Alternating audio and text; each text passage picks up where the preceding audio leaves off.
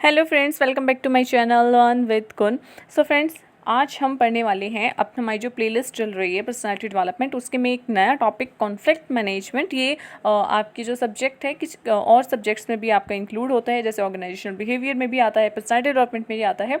सो आज हम इसके वीडियो के अंदर बहुत सारे टॉपिक एक ही वीडियो में कवर करने वाले हैं। तो क्या क्या पढ़ने वाले हैं कि कॉन्फ्लिक्ट का मीनिंग क्या है, इसके कॉजेज़ क्या होते हैं, इसके टाइप क्या हैं एंड हम इसे मैनेज कैसे कर सकते हैं। तो चलिए फ्रेंड्स स्टार्ट करते हैं। पसंद आए तो वीडियो को लाइक कर देना, एक प्यारा सा कमेंट भी कर देना। चलिए, कॉन्फ्लिक्ट क्या कहता है। Conflict is a psychological state of mind. क्या है, आपकी माइंड की एक साइकोलॉजिकल स्टेट होती है। When two people are in the state of dilemma whether to do और not to do a thing is a state of conflict. कि जब पीपल, कोई भी पर्सन है, वो इस कन्फ्यूज़न में है कि उसे इस काम को करना चाहिए या नहीं करना चाहिए, तो कॉन्फ्लिक्ट अराइज हो जाता है। ये बहुत ही सिंपल डेफिनेशन है आपके कॉन्फ्लिक्ट की, कि माइंड की ऐसी स्टेट जब आप कन्फ्यूज़न में हैं, कन्फ्यूज़न में जब आप डिसाइड नहीं कर पा रहे हैं तो आप स्ट्रेस में हो जाते हैं एंड देन कॉन्फ्लिक्ट अराइज हो जाता है। और देखिए, two people can be expected to agree on everything at all the times, so conflict arise। of course, दो पर्सन हैं अगर, सो वो एक दूसरे के नज़रिए से हमेशा हर सिचुएशन में हर टाइम जो है एग्री नहीं हो सकते हैं, बिकॉज हर पर्सन का जो व्यू पॉइंट होता है, नज़रिया होता है, थिंकिंग होती है, वो सबका अलग अलग होता है। सो अगर हम एक दूसरे से एग्री नहीं होते हैं, सो कॉन्फ्लिक्ट जो है उस सिचुएशन में अराइज हो जाते हैं। नेक्स्ट देखिए, हम कॉन्फ्लिक्ट के नेचर के बारे में पढ़ते हैं, जिससे हमारा मीनिंग जो है कॉन्फ्लिक्ट का और अच्छे से क्लियर होगा। सबसे पहले देखिए, कॉन्फ्लिक्ट आर नेचुरल। कॉन्फ्लिक्ट्स क्या होते हैं, नेचुरल होते हैं, जैसे हमने पढ़ा psychological state of mind, because humans हैं, सो कॉन्फ्लिक्ट जो है वो नेचुरल है। Conflict are not so big, ये इतने बड़े नहीं होते, बिकॉज अगर आपका जो कॉन्फ्लिक्ट है किसे कहा जाता है, जो वो स्मॉल मैटर में हो। जब वैचारिक, हिंदी में कहा जाए तो वैचारिक मतभेद हो, या किसी और भी थिंग को लेकर आपके कॉन्फ्लिक्ट है, यानी कि अभी तक आपने जो है, आप कह सकते हैं कि आप हाथापाई भी नहीं उतर आए हैं, बिकॉज अगर वैसे हो जाए तो वो फाइट कहलाएगी, राइट। वो कॉन्फ्लिक्ट नहीं होगा, वो फाइट कहलाएगी। सो ये जो इतने बड़े नहीं होते हैं, these are of small matters. Next, conflict are multi dimensional. ये मल्टी डायमेंशनल होते हैं, बहुत सारे इसके कॉजेज हो सकते हैं, रीज़न हो सकते हैं, डिफरेंट डिफरेंट टाइप की हो सकती है। सो मल्टी डायमेंशनल है। Conflict are universal. यूनिवर्सल है, ऐसा नहीं है कि हरियाणा में है या राजस्थान में है, उन्हीं के जो पर्सन्स रहते हैं वहाँ कॉन्फ्लिक्ट होते हैं। ये ऑल ओवर इंडिया होते हैं, इंडिया के बाहर भी होते हैं। हर जितने भी पर्सन्स हैं आपके वर्ड में, सब में ही कॉन्फ्लिक्ट अराइज होते रहते हैं डिफरेंट डिफरेंट टाइम पर। नेक्स्ट देखिए, ये हुआ मीनिंग, ये हुआ नेचर। नेक्स्ट देखते हैं आगे, और इसके नेचर देखिए। कॉन्फ्लिक्ट है डिस्ट्रप्टिव। इसका मतलब क्या है, अगर आप कोई भी काम कर रहे हैं, अच्छे से चल रहा है, बट अगर आपका कॉन्फ्लिक्ट किसी के साथ अराइज हो जाता है तो आप काम से डिस्ट्रैक्ट हो जाते हैं। सो काम से आपको डिस्टर्ब करते हैं। Next, disagreement. कॉन्फ्लिक्ट का मतलब क्या है कि जब आप किसी से एग्री नहीं हो तो क्या हो, डिसएग्री हो आप उससे। सो कॉन्फ्लिक्ट अराइज होते हैं। डिफरेंट पर्सपेक्टिव ऑफ थिंकिंग क्यों होते हैं, मैंने आपको रीज़न पहले ही बताया कि डिफरेंट डिफरेंट पर्सपेक्टिव होते हैं थिंकिंग के, इसलिए हो सकते हैं। Conflict are inevitable. ये आपको इनवाइट करने की, इन्विटेशन देने की ज़रूरत नहीं है कॉन्फ्लिक्ट को कि आइए और हमारे बीच कॉन्फ्लिक्ट हो जाइए। ये इनवाइटेबल है, मीनिंग कि ये अपने आप ही अराइज हो जाते हैं, दिया नेचुरल। नेक्स्ट देखिए, कॉजेज ऑफ कॉन्फ्लिक्ट होते ही क्यों है, क्या क्या इसके पीछे रीजंस है कॉन्फ्लिक्ट के, तो चलिए वो देखते हैं। सबसे पहला है रीज़न, मिसअंडरस्टैंडिंग। अगर टू पर्सन या टू पार्टीज़ के बीच किसी भी बात को लेकर मिसअंडरस्टैंडिंग क्रिएट हो गई है, सो आपके इसका रिजल्ट क्या होता है, कॉन्फ्लिक्ट इसका रिजल्ट होता है। Next, personality clashes. किसी भी दो पर्सन हैं, उनकी पर्सनालिटी एक दूसरे से मेल नहीं खाती, सो आपके कॉन्फ्लिक्ट जो है अराइज हो जाता है, इसका रिजल्ट भी कॉन्फ्लिक्ट होता है। कंपटीशन फॉर रिसोर्सेज, दो ऑर्गेनाइजेशन है उनके बीच में रिसोर्सेज की अवेलेबिलिटी को लेकर कंपटीशन जो है अराइज हो सकता है, कंपटीशन अराइज होता ही है। सो उससे भी कॉन्फ्लिक्ट जो है उन दोनों ऑर्गेनाइजेशन के बीच में अराइज हो जाते हैं। अथॉरिटी कुछ इश्यूज़ हो सकते हैं, जैसे कि आप देखते हैं, चाहे अगर आप नॉर्मल एक फैमिली में भी देखें या उसके बाहर भी देखें, तो आपके अथॉरिटी को लेके काफ़ी इश्यूज़ हो जाते हैं कि इस प्रॉपर्टी पर या इस अथॉरिटी पर, इस पोजीशन पर जो है वो किसका राइट है। सो अथॉरिटी इश्यूज़ होते हैं, इसका रिजल्ट भी क्या होता है, कॉन्फ्लिक्ट ही होता है। लैक ऑफ कॉपरेशन, जब किसी भी दो पर्सन में, दो पार्टीज़ में, चाहे इंडिविजुअल लेवल के लीजिए चाहे आप ग्रुप लेवल के लीजिए, कोऑपरेशन की फीलिंग नहीं होती है, सो कॉन्फ्लिक्ट तब उस सिचुएशन में आपके अराइज होते हैं। और क्या रीज़न हो सकते हैं, रीज़न हो सकते हैं कि डिफरेंसेस ओवर मेथड और स्टाइल। डिफरेंस होते हैं आपकी किसी भी काम को करने की मेथड में, स्टाइल्स में, तो आपके कॉन्फ्लिक्ट अराइज हो सकते हैं। लो परफॉर्मेंस है आपकी किसी भी सपोज ग्रुप में कोई भी मिलके साथ काम कर रहे हैं, लेकिन उसमें से कुछ जो पर्सन्स है वो अच्छा काम कर रहे हैं, लेकिन जो कुछ रेस्ट ऑफ द पर्सन्स है उनकी काफ़ी परफॉर्मेंस लो है, वो उतना एक्टिवली पार्टिसिपेट नहीं करते या उतने अच्छे से काम नहीं करते। सो ग्रुप के विद इन ही क्या कॉन्फ्लिक्ट की सिचुएशन अराइज हो सकती है। वैल्यू और गोल डिफरेंस, इससे भी आपके कॉन्फ्लिक्ट की सिचुएशन अराइज हो सकती है। ये भी एक इनफैक्ट कॉज है आपके कॉन्फ्लिक्ट के अराइज होने का, कि आपके गोल में डिफरेंसेस होना, जो भी आपके ऑब्जेक्टिव है उसमें।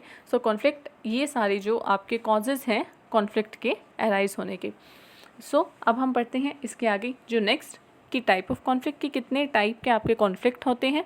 सो देखिए, कॉन्फ्लिक्ट जो है बेसिकली उसको 3 पार्ट में डिवाइड किया गया है। Individual level conflict, group level conflict and organisation level conflict. 3 type के आपके जो कॉन्फ्लिक्ट होते हैं, उसके आगे यानी से सब डिवाइड किया गया है। आप देखेंगे सबसे जो आपका फर्स्ट है वो है इंडिविजुअल लेवल कॉन्फ्लिक्ट। इसके आगे 2 टाइप के होते हैं, intrapersonal conflict and interpersonal conflict, right. उसके बाद हमने पता कि इंट्रापर्सनल कॉन्फ्लिक्ट तो क्या होते हैं। इंट्रापर्सन, जब एक कोई पर्सन है, मिस्टर ए है, वो खुद ही नहीं सोच पा रहा कि उसे कोई भी उसका सिचुएशन अराइज हो गई है कि उसे अब क्या करना है, राइट। वो इस कन्फ्यूज़न में है कि उसे अपनी जॉब को छोड़ देना चाहिए या उसे कंटिन्यू करना चाहिए। सो इस टाइम पे वो क्या होगा, स्ट्रेस लेगा, स्ट्रेस से उसका खुद के साथ ही कॉन्फ्लिक्ट स्टार्ट हो जाएगा विद इन ही उसके हार्ट या उसके माइंड। कॉन्फ्लिक्ट जब स्टार्ट हो जाएगा एक पर्सन का, जब खुद से ही कॉन्फ्लिक्ट सिचुएशन अराइज हो जाती है, तो उसे कहा जाता है, पहले है तो इंडिविजुअल के बीच में, और इंडिविजुअल का एक सेम इंडिविजुअल का खुद उसी के साथ अगर कॉन्फ्लिक्ट अराइज है तो वो होता है इंट्रापर्सनल कॉन्फ्लिक्ट। नेक्स्ट, अगर किसी 2 पर्सन्स के बीच में कोई भी कॉन्फ्लिक्ट हो रहा है तो वो कहलाया जाता है इंटरपर्सनल कॉन्फ्लिक्ट, कि वो 2 पर्सन्स के बीच में है, ठीक है। नेक्स्ट टाइप हम इसका देखते हैं। नेक्स्ट है group level conflict. This is about the second type of conflict, group level conflict है। क्या है, ये 2 टाइप का होता है, intra group conflict and inter group conflict. Intra में आप बात करेंगे तो अगर 2 ग्रुप हैं, group A and group B, इन दोनों के बीच में कॉन्फ्लिक्ट हो रहे हैं तो ये कहलाया जाएगा inter conflict, right, inter group conflict. और अगर ऐसे ही सेम जैसे हमने इंडिविजुअल का पढ़ा, ग्रुप नंबर ए है, अगर एक ही ग्रुप में नहीं मैनेज कर पा रहे हैं, उसमें कॉपरेशन नहीं है, सिर्फ एक ग्रुप में ही प्रॉब्लम चल रही है, उस खुद ही में प्रॉब्लम चल रही है, तो वो कहलाया जाता है इंट्रा। और जब ग्रुप ए या ग्रुप बी, इन दोनों के बीच में जब प्रॉब्लम चलेगी तो वो कहलाया जाएगा इंटर ग्रुप कॉन्फ्लिक्ट, ठीक है। सपोज अब इसके एग्जांपल क्या हो सकती है, 2 ग्रुप हैं, इंटर के अगर हम बात करें इंटर ग्रुप कॉन्फ्लिक्ट की, तो उसमें कुछ रिसोर्सेज की अवेलेबिलिटी कम है ऑर्गेनाइजेशन में, तो वो दोनों ग्रुप है उस ऑर्गेनाइजेशन में काम करने के लिए, तो उससे अपने अथॉरिटी इश्यूज़ है उनकी, जिससे कॉन्फ्लिक्ट अराइज हो रहे हैं। या फिर इंट्रा ग्रुप की अगर हम बात करें कि ग्रुप नंबर ए का खुद ही के साथ जो है वो कॉन्फ्लिक्ट है, उसमें कुछ पर्सन्स है, जैसे हमने पहले भी बात की, कुछ सपोज एक्टिवली पार्टिसिपेट नहीं कर रहे हैं, बाकी पर्सन बहुत अच्छे से काम कर रहे हैं, सो उस ग्रुप में ही जो है कॉन्फ्लिक्ट की सिचुएशन राइज हो सकती है। तो ये है ग्रुप लेवल कॉन्फ्लिक्ट। नेक्स्ट देखिए, थर्ड है ऑर्गेनाइजेशनल लेवल कॉन्फ्लिक्ट। इसमें क्या होता है, ये भी सेम चीज़ है कि अगर किसी ऑर्गेनाइजेशन में कॉन्फ्लिक्ट अराइज हो रहा है, लेकिन इसके भी आगे 2 टाइप हैं, इंट्रा एंड वही इंटर। इंट्रा का मतलब जब किसी एक ऑर्गेनाइजेशन में, फॉर एग्जाम्पल XYZ एक ऑर्गेनाइजेशन है, उस ऑर्गेनाइजेशन में खुद ही कॉन्फ्लिक्ट चल रहे हैं, जैसे डायरेक्टर्स के बीच, या फिर आप कह सकते हैं डायरेक्टर एम्प्लॉयज़ के बीच, शेयर होल्डर्स के बीच, आपके जो अदर की पर्सोनल्स है, लीबर्स हैं, उनके बीच अगर कुछ भी टाइप के कॉन्फ्लिक्ट चल रही हैं तो वो कहलाया जाएगा इंट्रा ऑर्गेनाइजेशनल कॉन्फ्लिक्ट। और जब किसी भी 2 टाइप की आपकी ऑर्गेनाइजेशन, जैसे फॉर एग्जांपल XYZ अगर एक ऑर्गेनाइजेशन है, नेक्स्ट है ABC ये ऑर्गेनाइजेशन है, तो इन दोनों ऑर्गेनाइजेशन के बीच में जब आपके कॉन्फ्लिक्ट हो रहे हैं तो वो कहलाया जाएगा इंटर ऑर्गेनाइजेशनल कॉन्फ्लिक्ट। सो ये हुए आपके टाइप ऑफ कॉन्फ्लिक्ट। अब हम आगे बात करेंगे कि हाउ टू मैनेज। अब हमने पढ़ लिया कि कॉन्फ्लिक्ट का मीनिंग क्या होता है, ये किन रीज़न से अराइज होता है, इसका नेचर क्या होता है, ये कितने टाइप का होता है। सो अब बात जो इसकी फाइनली आती है कि मैनेजमेंट ऑफ कॉन्फ्लिक्ट, कि हम इसे कॉन्फ्लिक्ट को मैनेज कैसे करें। तो देखते हैं। सो कुछ टेक्निक्स हैं आपके कॉन्फ्लिक्ट को रिड्यूस करने के लिए, तो वो देखिए क्या है। सबसे पहली टेक्निक क्या है कि recognise and manage your emotion, जो हमने पहले भी हमारे सब्जेक्ट के अंदर बात करी है कि आप देखिए कि रिकॉग्नाइज अपने इमोशंस, असर्टिवनेस को इंक्रीज़ कीजिए। उसके लिए हमने पढ़ा था कि आप अपने इमोशन को पहचानिए। सो आप अपने इमोशन को पहले समझिए कि हमारे इमोशंस, अगर आप गुस्सा है तो वो किस रीज़न से हैं, स्ट्रेस में आ रहे हैं तो वो किस रीज़न से आ रहे हैं, एंड उसको मैनेज करना सीखिए। बिकॉज अगर आपने इमोशन को मैनेज करना सीख लिया तो कॉन्फ्लिक्ट को मैनेज करना काफ़ी ईजी हो जाता है। ये टेक्निक है कॉन्फ्लिक्ट को रिड्यूस करने की। Next, make relationship your priority. अपने माइंड में हमेशा एक चीज़ रखिए कि रिलेशनशिप आपकी टॉप प्रायोरिटी है, आपके काम से भी ज़्यादा, तो कॉन्फ्लिक्ट जो है वो रिड्यूस हो जाएंगे किसी भी दो पर्सन या दो पार्टीज़ के बीच में। नेक्स्ट आप कहते हैं focus on present, because generally कई बार अगर जो आपके कॉन्फ्लिक्ट अराइज होते हैं वो आपके फ्यूचर पर्सपेक्टिव को लेके होते हैं कि फ्यूचर में ऐसा हो गया तो क्या होगा, ये रिसोर्स जो है हमें मिलना चाहिए, ये जो अथॉरिटी है ये हमें मिलनी चाहिए। अथॉरिटी इश्यूज जब हो जाते हैं सो उस टाइम के लिए आपको बल्कि फ्यूचर में नहीं बल्कि प्रेजेंट पे ध्यान देना चाहिए कि जितने आप रिसोर्सेज है पहले उसको यूज़ कीजिए। अगर बाद में आपके वो खत्म हो जाते हैं तो उसके बाद आप नेक्स्ट उस टाइम पे आप उसी चीज़ों को संभाल लेंगे।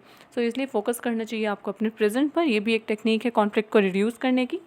नेक्स्ट देखिए, involve some trustworthy person between two parties to reduce conflict. कि अगर आपकी जो दो पार्टीज़ हैं उनके बीच में अगर फ़ाइट हो रही है, फॉर एग्जांपल दो पर्सन के बीच में फ़ाइट हो रही है, तो वैसे कहते हैं कि थर्ड पर्सन को कभी भी तो अपने कॉन्फ्लिक्ट में जो है नहीं लाना चाहिए। लेकिन अगर आपका कोई पर्सन है जो कि ट्रस्टवर्दी है तो ट्रस्टवर्दी को पर्सन को आप जो है वो आप इंक्लूड कर सकते हैं कि आप आइए और हमारे दोनों के बीच में जो कॉन्फ्लिक्ट है आप उसे सॉल्व करवाइए। सो ये हुआ आपकी कॉन्फ्लिक्ट को रिड्यूस करने की कुछ टेक्निक्स।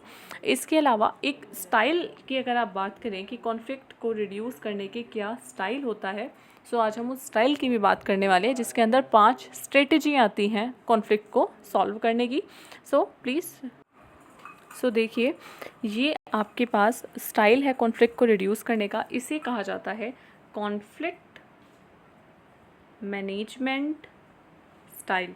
कॉन्फ्लिक्ट को मैनेज करने का स्टाइल, ये कॉन्फ्लिक्ट मैनेजमेंट स्टाइल है। तो इसके अंदर 5 स्ट्रेटजी जो हैं ये यूज़ की जाती है। तो क्या है वो स्ट्रेटजी? सबसे पहला देखिए, एक स्ट्रेटजी है अकोमोडेटिंग, दूसरा है avoiding, compromising, collaborating and competing.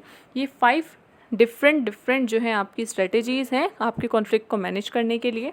एक साइड पर आपका दिया हुआ है कंसर्न फॉर सेल्फ, कि किसी एक पर्सन के लिए, किसी एक पार्टी के लिए, सेल्फ के लिए जो कंसर्न है, अपने लिए जो वो करना चाहता है, या तो वो लो है यानी कि उसका जो बिहेवियर है वो क्या है, अनअसर्टिव है, यानी कि वो पॉजिटिविटी नहीं है, वो दूसरे के साथ कॉपरेट नहीं करना चाहता। एंड इस साइड अगर है तो वो हाई है, उसके अंदर अपने लिए जो कंसर्न है। ऐसे ही concern for other, second case में अदर के लिए कंसर्न, या तो उसका कोऑपरेटिव बिहेवियर है, अगर ऊपर जाएगा तो वो काफ़ी हाई है, नेक्स्ट काफ़ी लो है। अब हम एक एक स्टाइल को करके समझते हैं कि क्या है। सबसे पहला देखिए अवॉइडिंग। आप देखिए तो इस साइड सबसे फर्स्ट सिचुएशन है आपके पास अवॉइडिंग। अगर किसी भी पार्टी में हम बात करें, दो पार्टीज़ के बीच में अगर कॉन्फ्लिक्ट की, तो उसके अंदर अनअसर्टिव बिहेवियर है, यानी कि उसके अंदर जो सेल्फ के लिए जो कंसर्न है, खुद के लिए भी जो कंसर्न है वो काफ़ी कम है। ओके, जो उसके साथ हो रहा है वो ठीक है, अगर वो कुछ इस टाइप की सोच रखने वाले पर्सन है तो, और साथ ही साथ दूसरों के लिए भी कंसर्न बहुत कम है। सो वो क्या है, अवॉइडिंग।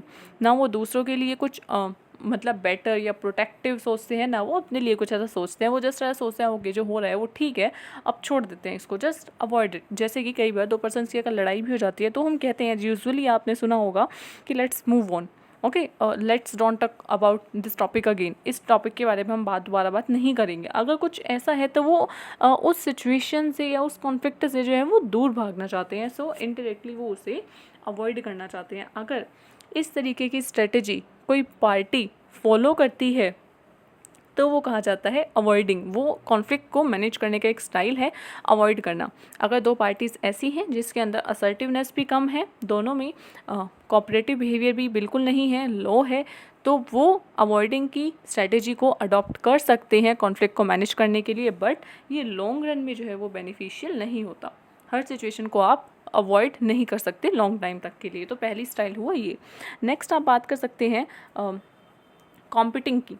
ये जो है कॉम्पिटिंग, ये क्या है इसके अंदर, जब आपका सेल्फ के लिए कंसर्न तो हाई है, कोई पर्सन है उसके लिए कंसर्न जो है काफ़ी हाई है, एंड नेक्स्ट अदर्स के लिए कंसर्न फॉर अदर, दूसरों के लिए जो कंसर्न है वो काफ़ी कम है। यानी कि अपने लिए वो अच्छा सोच सकती है वो पार्टी, लेकिन दूसरों के लिए कंसर्न काफ़ी कम है। वो अगर ऐसा है, कोई भी एक पार्टी अगर कॉम्पिटिंग सोच रखती है तो वो जो है ना, one party stick to its own interest, अपने इंटरेस्ट के साथ वो जो पार्टी है वो स्टिक रहेगी अगर कोई ऐसी पार्टी है तो जिसके अंदर खुद के लिए कंसर्न बहुत ज़्यादा है। तो इस तरीके से वो कॉम्पिटिंग स्टाइल को अडॉप्ट करेगी अपने कॉन्फ्लिक्ट को मैनेज करने के लिए। सो ये हुआ जब बिकॉज ये जो पर्सन है ना इस पार्टी में जो ये स्ट्रैटेजी को फॉलो करते हैं कॉम्पिटिंग को, ये क्या होते हैं, ये कोऑपरेटिव नहीं होते। सो दूसरी पार्टी को ये कहते हैं कि आप कोऑपरेट करो बिकॉज हम कोऑपरेट नहीं करते। अगर वो ऐसी स्ट्रैटेजी फॉलो करते हैं तो कहा जाता है कि वो कॉम्पिटिंग स्टाइल को फॉलो करें कॉन्फ्लिक्ट को मैनेज करने के लिए। नेक्स्ट देखिए, नेक्स्ट है आपका अकोमोडेट करना। अकोमोडेटिंग में क्या है, देखिए अकोमोडेटिंग में अपने लिए कंसर्न काफ़ी कम है, दूसरों के लिए कंसर्न बहुत ज़्यादा रखते हैं, इनका हाई कोऑपरेटिव बिहेवियर है, दूसरों के लिए कंसर्न बहुत ज़्यादा है, अपने बारे में नहीं सोचते, दूसरों के बारे में अगर सोचते हैं। अगर ऐसा कोई पर्सन है, ये ऐसी कोई पार्टी है, कोई ऑर्गेनाइजेशन है, तो फिर वो जो कॉन्फ्लिक्ट को मैनेज करने के लिए उस टाइम पर जो सिचुएशन, वो जो स्टाइल अडॉप्ट करती है वो कहलाया जाता है आपका अकोमोडेटिंग। अकोमोडेटिंग का मतलब आप वो क्या कहिए, अकोमोडेटिंग स्टाइल में होता है कि अगर एक पार्टी जो बहुत ज़्यादा कॉम्पिटिटिव है तो वो दूसरी पार्टी को अकोमोडेट करेगी। एक पार्टी अगर अकोमोडेटिंग है बहुत ज़्यादा तो दूसरी पार्टी को वो अकोमोडेट करेगी, वो कहेगी ओके जैसा आप कहते हैं वैसा सही है और कॉन्फ्लिक्ट को मैनेज कर लेगी, राइट। अब आते हैं जो rest of the two style, जो ये आपके दो स्टाइल हैं कोलैबोरेटिंग एंड कॉम्प्रोमाइजिंग, ये दोनों जो हैं वो बेस्ट कहे जाते हैं किसी भी कॉन्फ्लिक्ट को मैनेज करने के लिए। अब देखिए क्यों, ऐसा क्या है। कोलैबोरेटिंग में आप देखिए, कोलैबोरेटिंग में क्या है, अपने लिए कंसर्न भी हाई है एंड दूसरे के लिए कंसर्न भी हाई है। यानी कि ऐसे कुछ पर्सन्स होते हैं जो कि अपना भी बुरा नहीं होने, अपने लिए भी अच्छा हो लेकिन सामने वाले पर्सन का भी बुरा ना हो, सामने वाले के लिए भी अच्छा हो। सो अगर ऐसे सोच रखते हैं दोनों पार्टीज तो वो कोलैबोरेटिंग जो आपका स्टाइल है उसे फॉलो करेंगे, यानी कि दोनों मिलकर कुछ एक ऐसी सिचुएशन या एक ऐसा सोल्यूशन निकालेंगे जिससे कि बेनिफिट दोनों को हो, दोनों को क्या हो उसमें बेनिफिट। सो ये हुआ आपका कोलैबोरेटिंग। नेक्स्ट आता है कॉम्प्रोमाइजिंग। कॉम्प्रोमाइजिंग जो है मिडिल सिचुएशन है जहाँ कंसर्न फॉर सेल्फ मिड में है, अपने लिए कंसर्न है लेकिन बहुत ज़्यादा नहीं, एंड अदर्स के लिए भी मिड में। ये भी एक अच्छा स्टाइल कहा जाता है आपका मैनेज करने का, यानी कि कुछ ना कुछ अब आपको देखिए कॉम्प्रोमाइज़ कर रहे हैं तो कॉम्प्रोमाइज़ का मतलब कि आप अपना कुछ जो एक थिंग है वो आप उसे गिव अप कर रहे हैं, है ना। सो जब आप गिव अप कर रहे हैं अपनी कुछ एक वैल्यूएबल थिंग और सामने वाला पर्सन भी कुछ कर रहा है गिव अप अपनी कुछ किसी वैल्यूएबल थिंग को, तो उस दोनों टाइम पर वो जो सिचुएशन को मैनेज कर रहे हैं जिस तरीके से अपने कॉन्फ्लिक्ट को, वो कॉम्प्रोमाइजिंग है। सो ये होते हैं आपके कुछ स्टाइल मैनेज करने के कॉन्फ्लिक्ट को। तो फ्रेंड्स आज हमने पढ़ा कॉन्फ्लिक्ट मैनेजमेंट के बारे में कि उसका मीनिंग क्या है, उसका नेचर क्या है, कितने के टाइप की होती हैं, किस तरीके से आप इसे मैनेज कर सकते हैं। सो इसी तरीके से हम नेक्स्ट वीडियो में भी मिलेंगे friends. Till then stay tune, thank you.